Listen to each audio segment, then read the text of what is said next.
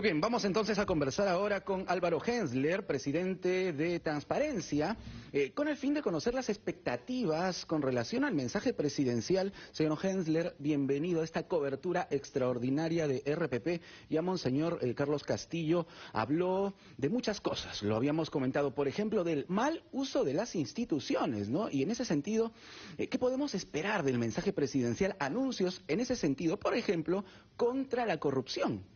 Bueno, muy buenos días, Jorge, y felices fiestas.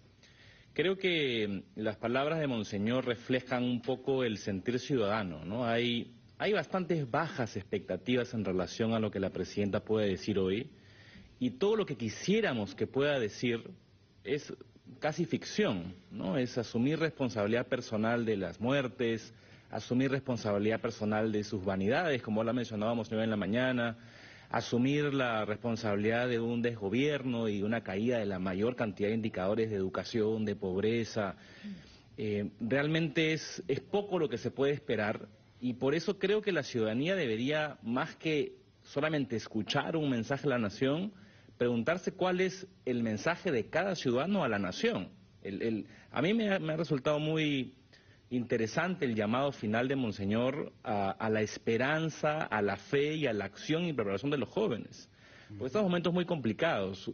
Uno esperaría que esto hubiese sido un buen mensaje a la nación por la coyuntura del pasado y el futuro del Perú, ¿no? Claro. Estamos celebrando Junín y Ayacucho, el cierre bicentenario, celebrando el APEC que nos pone en la palestra mundial, sí. Pero ese escenario de pasado y de futuro está totalmente carcomido y con niebla y con llovizna a partir de las acciones del gobierno y el Congreso actual, ¿no? Entonces, no hay expectativa, será seguramente un discurso largo, con anuncios, pero poco relevantes para recuperar la poca confianza y legitimidad que tiene el gobierno y en general la clase política actual, ¿no? No, gracias, Álvaro Hensler.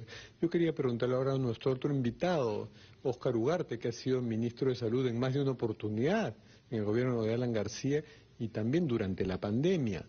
Y antes ha sido regidor en la Municipalidad Metropolitana de Lima.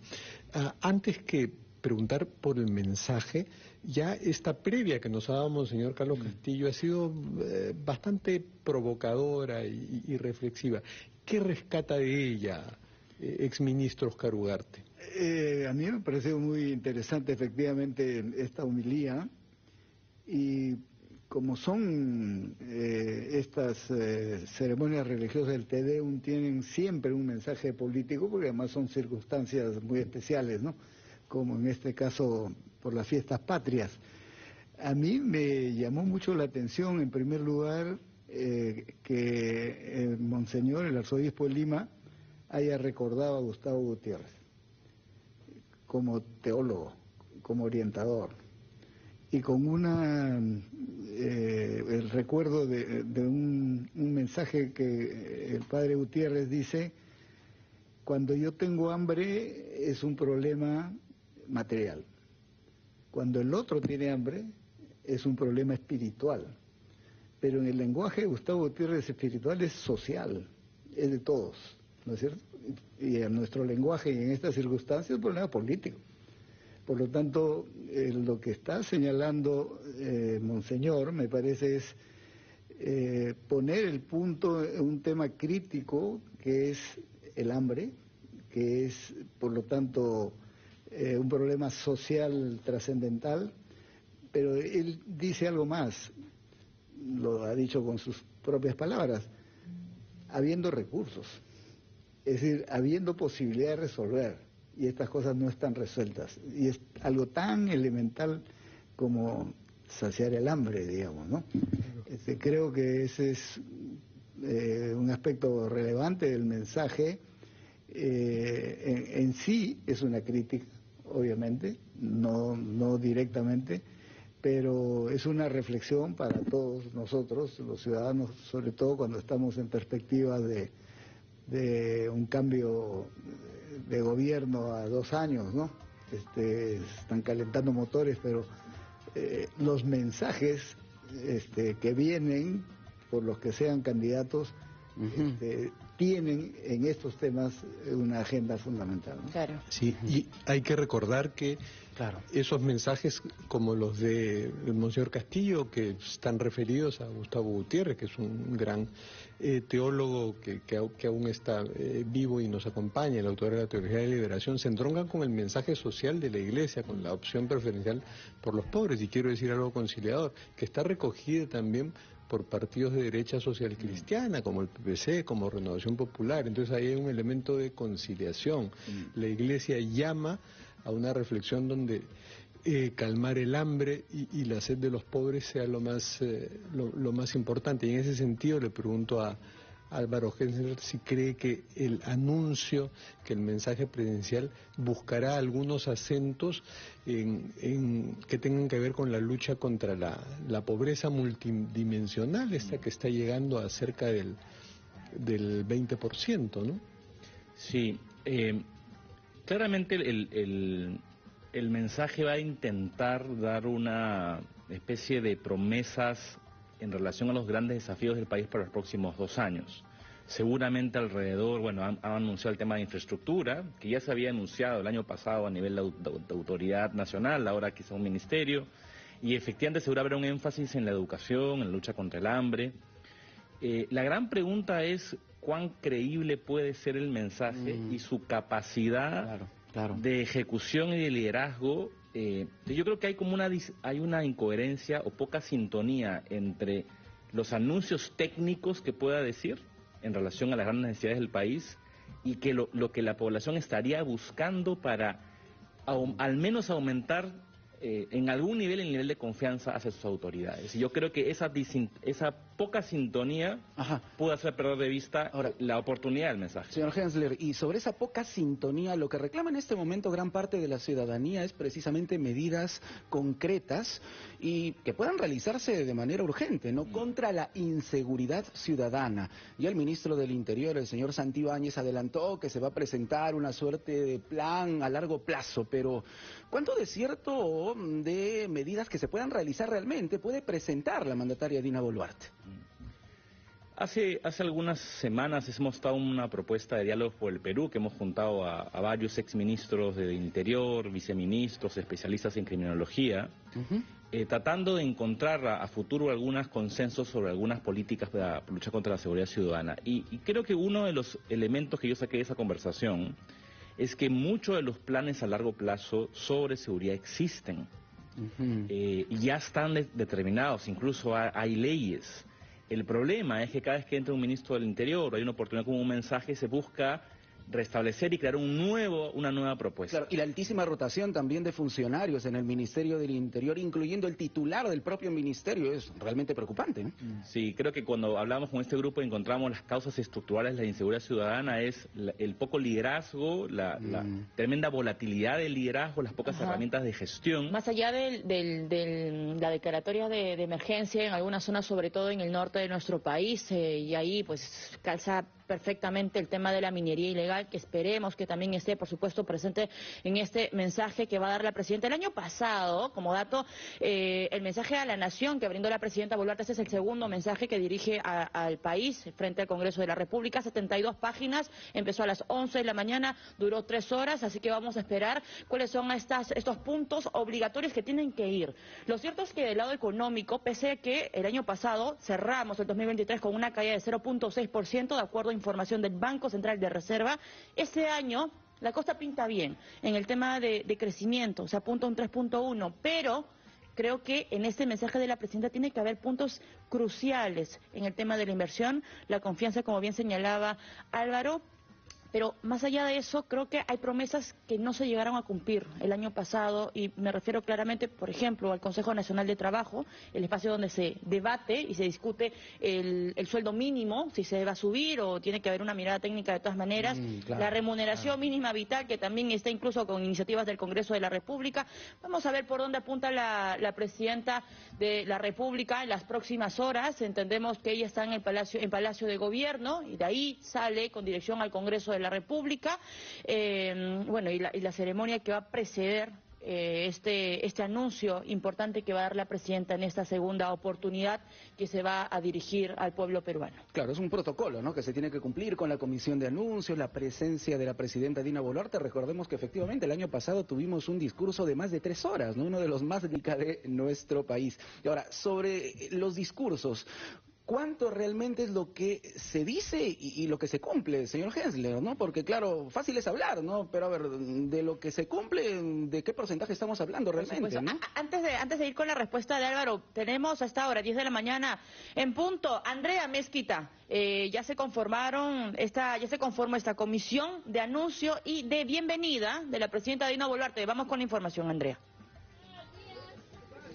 Muchas gracias, compañero. Directo en directo. Es así, ya se tiene quiénes son los integrantes de la comisión de anuncio a la presidenta de la República, Dina Boluarte. Y son los siguientes. Atención, el congresista Obando Morgan de Fuerza Popular, además Heidenger Ballesteros, quien es de Alianza para el Progreso, Montalvo Cubas de Perú Libre, Paredes Castro de Podemos Perú, Córdoba Lobatón de Renovación Popular, Soto Palacios de Acción Popular, el congresista Paredes González de Bloque Magisterial de Concertación Nacional, también está el congresista González Delgado de Avanza País y de Somos Perú, Gerí Oré. Esta es parte de los que integran la comisión de anuncio a la presidenta Dina Boluarte, que se prevé lleguen precisamente a Palacio de Gobierno alrededor de las 10:30 de la mañana. Pero también tenemos quiénes son los que conforman la comisión de recibo a la jefa de Estado, y están los siguientes parlamentarios. En esta ocasión, el congresista de Alianza para el Progreso, Julón Irigoyen, también el congresista de Perú Libre, Gonza Castillo, el congresista de Podemos Perú, Alcarraz Agüero, también de Renovación Popular, Sixia Vázquez, de Acción Popular, Vergara Mendoza. El bloque magisterial de Concertación Nacional tendrá pues como integrante a Medina Hermosilla, de Avanza País, Paredes Fonseca, y de Somos Perú, Azurín Loaiza. Ellos son los que integran la comisión de recibo a la presidenta Dina Boluarte, es decir, aquellos congresistas que van a esperar en la puerta principal del Parlamento para cuando llegue la presidenta a rendir el mensaje a la representación nacional. Directo en directo, RPP. Muy bien, gracias Andrea Mezquita por la información. Bueno, expectativas sobre el mensaje presidencial, y yo les preguntaba a nuestros invitados, Álvaro Gensler y el doctor Oscar Ugarte, si es que existe algún tipo de estadística, ¿no? ¿Cuánto de lo que se dice realmente se cumple, ¿no? Porque claro, hablar es muy fácil, pero ¿cuánto realmente se cumple? Y esto para recuperar la confianza también de la población, señor Gensler. Sí, en estos días han salido varios reportes que analizan, digamos, las promesas de la presidenta Boluarte en el último discurso, el año pasado. El de 3 horas. El de 3 horas, claro. Y que muchos de ellos eran una pasada de vista a las actividades que hacía el Estado, pero habían algunas promesas que en realidad no hemos visto resultados. Recordemos que, por ejemplo, presentó la idea de la policía del orden, no reclutando a jóvenes, que fue muy criticada y no se implementó. Varias promesas en relación a la salud. Acá el doctor Duarte podrá decir, ¿no? Acceso de gratuidad a ciertos medicamentos, que también ha habido ciertas críticas a eso, que no se ha cumplido. Recordemos que puso como la idea de la Autoridad Nacional de Infraestructura, y ahora aparentemente se dice que va a lanzar el Ministerio de Infraestructura, quizás la misma idea pero con otra envoltura. Claro. Ese es el problema cuando hay un mal diagnóstico del problema del gobierno actual. No es un problema fundamental de lo que hace, sino de la legitimidad y la confianza de la ciudadanía para que pueda hacer algo. Y por ende va a buscar quizás hablar un discurso largo con muchas cosas, no necesariamente más es mejor, y hacer promesas para tratar de buscar un futuro diferente en relación a la seguridad, la economía, el hambre. Pero hay problemas fundamentales de credibilidad en relación, uno, ya lo dije, a las muertes en las protestas y que no hay responsabilidad, el tema de los Rolex y la vanidad de la presidenta, en relación a su poca complicidad con el Congreso. The Economist, la revista británica, ha tenido un artículo muy fuerte en relación a la presidenta, que básicamente sobrevive porque no gobierna. y porque está a expensas del Congreso. Esas son las preguntas que podrían eventualmente restablecer su confianza como mandataria, pero creo que la ciudadanía no esperaría que vaya a decir nada en relación a ese sentido. Sí. Álvaro, tú has dicho algo fundamental, que hay planes en todos los sectores tienen planes hasta el 2030 por lo menos, algunos hasta el 2050, pero no se cumplen estos planes y la continua rotación de ministros hace que ellos planteen nuevas prioridades, lo que implica confesar la desplanificación. Le pregunto a Óscar Ugarte, la salud, que es tan fundamental, que es uno de los indicadores para determinar la pobreza y también para determinar el índice de desarrollo humano. Sobre esto, en la pospandemia se han hecho varios planes de salud. ¿Se están cumpliendo algunos? ¿Qué expectativa hay sobre lo que respecto a la salud debiera decir en su mensaje? A ver, en principio efectivamente hay que entender que cuando recién fue designada presidenta,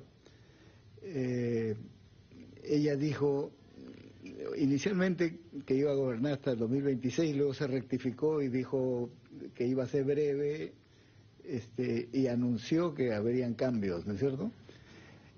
Eso no sucedió. Ya sabemos, desde el Congreso prefirieron y luego han pactado, digamos, gobierno y Congreso para ir hasta el 2026. Pero entonces, ¿qué le queda a un gobierno así que además tiene la debilidad que conocemos, digamos, ¿no? Depende de alianzas, como es obvio, y alianzas con las fuerzas en el Congreso, más que alianzas con la sociedad, digamos, con los actores sociales, que era otra alternativa, ¿no es cierto? Y ahora estamos en 2024, en perspectiva de 2 años más. Yo diría que a un gobierno, independientemente que sea la señora Boluarte la presidenta, tendría que combinar cosas de corto plazo, que son absolutamente necesarias, pero además con propuestas de mediano y largo plazo, que vea, que se muestre que se puede enrumbar el país y que apunte a que quien la suceda pueda continuar porque al país le conviene. En el caso salud, eso es muy claro, ¿no?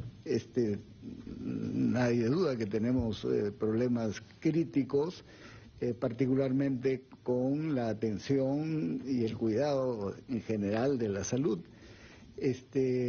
Porque si bien, y esta es una, digamos, reivindicación lograda en los últimos años de aseguramiento universal, es decir, todos prácticamente tenemos algún tipo de seguro. El problema es que eso no se traduce en cobertura real. Claro. ¿Y por qué razón? Porque hay 3 brechas importantes y ahí es donde yo esperaría que se diga qué cosas en lo inmediato, pero en perspectiva. 1, hay una escasez de recursos humanos muy importante. En el sector salud hay más o menos 500.000 trabajadores del sector y mal distribuidos regionalmente. Además, pero hay una brecha que se supone que es más o menos, se necesita 1/3 adicional. Todos los estudios técnicos dicen que necesitamos de 170.000 a 180.000 más. Entonces, hay cosas urgentes que hacer para reforzar ahí donde hay mayores carencias, pero hay que planificar el tema de los recursos humanos para mediano y largo plazo, y ese es un reto fundamental que ojalá se pueda decir, porque eso requiere no solo planificación, sino más recursos, porque hay que formar nuevos recursos humanos, y esa es una alianza con la academia, con las universidades. Igual podemos decir, sin extenderme más, respecto a la infraestructura y al equipamiento. Hay también una brecha muy grande. Ahí se ha planteado por parte del ministro, por ejemplo, el plan 1000, que es fortalecer 1000 establecimientos en el primer nivel. Esa es una buena idea, pero eso requiere gestión y requiere recursos. Claro. Y cuando hablamos de recursos, el reto para el propio gobierno es qué va a aprobar como proyecto de presupuesto que ya ahorita en agosto tiene que enviar al Congreso. Y ahí tiene que estar plasmado lo que está ofreciéndose ahora. Sí, Y yo quisiera consultarle a Álvaro, y esto como una especie de análisis, radiografía que podríamos hacerle a la presidenta Dina Boluarte para nuestro público a nivel nacional. ¿Cómo es que llega la presidenta a este segundo mensaje a la nación en tema de un perfil político? Llega desgastada, llega con, bueno, sabemos que una desaprobación bajísima a nivel de América Latina, pero además de eso, ¿qué podremos, digamos, analizar con respecto al perfil de la presidenta? Sí, recordemos que la presidenta llega después del golpe de Castillo y automáticamente a los pocos días comienzan las protestas y comienza, digamos, las muertes. Recordemos que en enero del año pasado se rompió el acuerdo nacional porque el gobernador de Puno le echó la culpa a la presidenta de lo que había pasado en las protestas. Entonces, la presidenta nace con un problema de origen en relación a cómo es que ella manejó ese ámbito de protestas. Y es lamentable realmente que ella, por ejemplo, sus últimos discursos, y The Economist lo recoge, menciona que las 500 protestas fueron todas violentas, ¿no? Y que justifica su accionar, ¿no? Eso claramente es una mentira. Hay evidencia internacional, evidencia fílmica que eso no fue así, ¿no? Entonces, primero que nace con un problema de origen. Y lo segundo, en vez de hacer ciertas acciones, por ejemplo, recordemos que ascendió al ministro Otaro a primer ministro en vez de una responsabilidad política por las protestas. Y de ahí lo que hemos visto, digamos, es una caída en su popularidad, y lo que ha terminado de rematar, digamos, el poco cariño que le tiene la ciudadanía a la presidenta y que lo hemos visto en sus viajes. Yo diría que son dos cosas. Primero es su lejanía a la prensa, ¿no? La prensa es una bisagra con la ciudadanía, y que la presidenta no haya tenido un contacto permanente con la prensa ha aumentado su lejanía con la ciudadanía. Y además, con la ciudadanía ha visto el tema que el monseñor mencionó mañana de las vanidades, ¿no? La mezcla de la operación, cirugía que aparentemente tuvo y se ausentó del cargo, con el tema de los Rolex, no solo muestra un tema de vanidad o de banalidad, sino también acerca de cuál es el rigor ético de la primer mandataria de la República. Eso está en investigación, y la respuesta de ella en sus últimas intervenciones ha sido: eso está en investigación. Pero hay una respuesta legal, jurídica, pero hay una respuesta ética, hay una respuesta de que la ciudadanía quiere saber por qué es que no ha dado respuestas contundentes en relación a esos temas. Esa combinación hace una presidenta con muy baja popularidad, una de las más bajas del mundo, y por ende lo que tendría que hacer es realmente radical para recuperar esa confianza de los peruanos en ese mensaje a la nación. Álvaro, estamos nosotros viviendo aquí una fiesta 28 de julio en nuestro país, pero vamos con más información.